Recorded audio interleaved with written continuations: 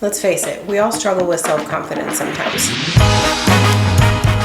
Confidence is something that you build, something that you learn to have. And you're never going to be in a position where you always 100% know that what you're doing is the right thing or that you're good enough for that thing. So first and foremost, negative self-talk. Up here is a video that I made on imposter syndrome. Imposter syndrome is a huge player in negative self-talk. We say to ourselves, we're not good enough. Why did they pick me? Why did they hire me? Why are they promoting me? I can't present at a conference. I can't speak in front of these people. I can't host a webinar. We tell ourselves that we're not good enough, that we're not smart enough, pretty enough. We tell ourselves these things, and then if you say it enough, you start to believe it. So you really do have to rewire your brain into thinking more positively and kindly about yourself. I'm going to link another video up here that goes into rewiring your brain for more positive outlook. We're not going to deep dive into that particular topic again. Negative self-talk is something that everybody experiences. Imposter syndrome is something that everyone experiences to varying degrees at various stages of their life. These are muscles that you learn to work, that you strengthen over time. You have to tell yourself that you're capable and deserving of whatever that thing is that's causing the imposter syndrome to bubble up in the first place. The next one, you have to be willing to face fears. Just like negative self-talk, it doesn't mean that you go into a new challenge or a new opportunity that you have fear of and you can miraculously cure yourself of this fear. The thing about the most, and I'm going to call them outwardly confident people that I've ever met, is not that they're not afraid. It's that they don't let their fear control what they're going to do next. They know that it's scary. They know it's going to be hard. They know it's challenging, but they know on the other side of it, there's a reward for them. And it might be monetary, it might be influence, it might be promotions, it might be a lot of things that you get on the other side of conquering whatever that fear is. One of the things that I did to overcome that fear was YouTube. It makes me speak, it makes me think, it makes me have to do the work to find my voice. Maybe YouTube isn't the answer for you, maybe it's creating videos that people never see, but you have to find the tool that works for whatever that occasion is. So this one was something that I very intensely struggled with when I was younger. I compared myself to everyone. The women that were on stage talking at conferences, the people teaching webinars, my professors, I compared myself to all of them. Like, oh, I could never do that. A few years into that mentality, Instagram comes around, Facebook comes around, and just doubles down on everybody's life is perfect but mine. In finding my mentors and talking with them and finding a good therapist, I came to realize that they have the same fears that I do. They have the same concerns that I do. The perfect life that you see on the internet is a crafted image. Of course, people aren't going to show their struggles online. Of course, people aren't going to show when their house is a mess. You're comparing yourself to an image that is crafted and tailored, usually by a team of people. For you, it might not be social media. Maybe it's specific people that are in your circle. Maybe it's books that you're reading. Maybe it's classes that you're attending. Maybe it's a school that you're going to that's causing this envy to pop up in you. You're in control of that. You're in control of what you're exposed to, which leads me to my next one. You need to set boundaries. The more boundaries that you set that protect your mental health, your well-being, the higher your confidence will be because you're crafting your life. You're controlling what's in it, you're controlling the influence around it, and you're making sure that the only things that come in are things that add to it. I don't think I can name a single personal or professional growth goal that doesn't require some type of boundary setting, especially as you get older and you have competing interests. You have a job, you have your family, you have you as an individual, and all of those things have to coexist in this nice little bubble. If you're exhausted and your mental health is struggling and you're failing something at work and you're failing something at home, or you're sad, things start to fall apart. Confidence can't exist in that type of environment, so you have to set healthy boundaries. You guys are going to get so tired of this. I'm going to link another video up here about boundary setting. This next one is about the mistakes that you make. Making mistakes is never going to be the issue.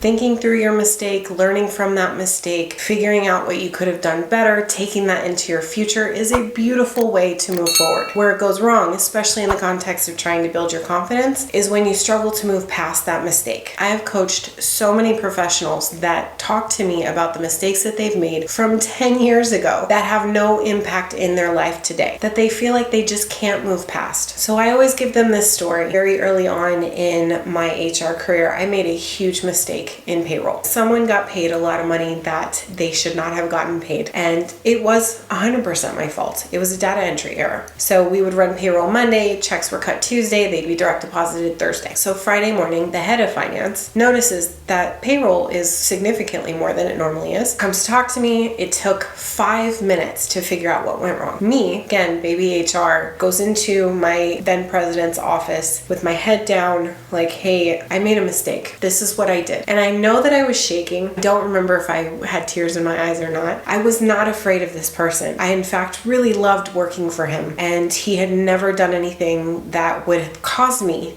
to be afraid of him. But I just felt like, okay, this is it. I've been in HR for 10 seconds and that's the end of my career. I'm done. And my whole life flashed before my eyes of never being in corporate America again, and no one's ever going to trust me. And I went down a deep hole. He pauses, and it's one of those pauses that was probably in reality 10 seconds. He leans back, kind of squints, and looks at me. Wilda, you made a mistake. I said, yes, I did. He said, did you fix your mistake? I said, yes, I did. He said, did you learn from your mistake? I said, yes, I did. I know exactly how to keep this from happening in the future. I said, all right. Go back to work. You have little moments in your personal lives, professional lives, maybe in college or high school, where you got it right. Maybe you made a mistake, but you fixed it. Or you didn't make a mistake at all, you just made something better. Those are the things that you need to remember when you're beating yourself up about the mistake. So when I beat myself up, I always remember that moment. That could have killed my confidence, maybe not permanently, but for a long time. It didn't break me because the person that I was working with had compassion for me. Which brings me to my last point. I'm sure you've heard the saying, you are who your friends are. There's some truth to that. If I have a bunch of negative people squawking in my ear all the time, my confidence is going to dip and my mental health is going to dip. There's going to be a domino effect of what that does to me. You have to have people in your network, in your team, influencers in your life that are bringing light and positivity and honesty. I don't know if that president ever thinks about me. I don't know if he ever talks about me, but I do know that that empathy that he showed me, that sympathy, that willingness to teach and develop me is a story that I use to teach and develop others now. And I aspire to be that type of leader. The people that I have in my corner, my mentors, are very vastly different personalities of people, all have these things in common. They're empathetic and they believe that everyone can grow. When you put those two things together, there is a kindness that emerges that makes it almost impossible for you not to be confident when you're around them. I will call people in my network when my imposter syndrome is completely going off into the deep end. And they're there when I need that extra boost. They're there when I need a pep talk. They're there when I need to be yelled at. And that president was there the way I needed someone to be there for me in that moment without even realizing that I needed it, which speaks volumes about the type of leader that he is. I will forever share that story, and I will forever remember the mistake that I made and what came of it, and how much better of an HR person, how much better of a person I am because of that situation. If you take nothing else from this video and nothing else from my journey, I hope that you're at least able to take away that you don't have to be perfect, and that you can have confidence in some things and not in others, and then you just work on those other things, whatever they may be. I will see you again next week.